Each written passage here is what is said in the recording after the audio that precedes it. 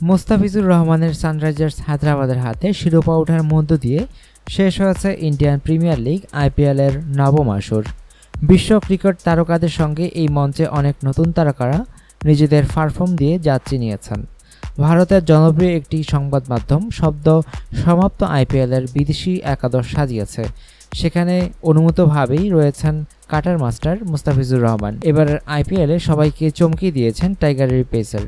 তাকে খেলতে বেগ পেতে হয়েছে ক্রিকেট বিশ্বের সেরা ব্যাটসম্যানদের। গণমাধ্যমটি বিদেশি সেরা একাদশ সাজায় এবারের আইপিএলের ব্যক্তিগত পারফরম্যান্সের উপর ভিত্তি করে। সর্বোচ্চ উইকেট শিকারী তালিকায় মুস্তাফিজ ছিলেন শীর্ষে 5-এ। 16 ম্যাচ খেলে তিনি নিয়েছেন 17 উইকেট। 61 ওভার বল করে 24.76 গড়ে আর 6.90 ইকোনমি রেটে এই টাইগার পেসার খরচ করেছেন 421 রান। হয়েছেন আইপিএলের সেরা উদীয়মান ক্রিকেটার।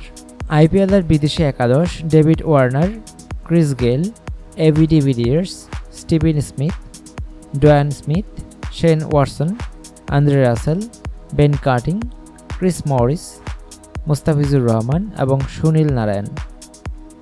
অনুগ্রহপূর্বক সংবাদটি শেয়ার করুন এবং খেলাধুলার সর্বশেষ খবর জানতে স্পোর্টস লাইট সাবস্ক্রাইব করে রাখুন।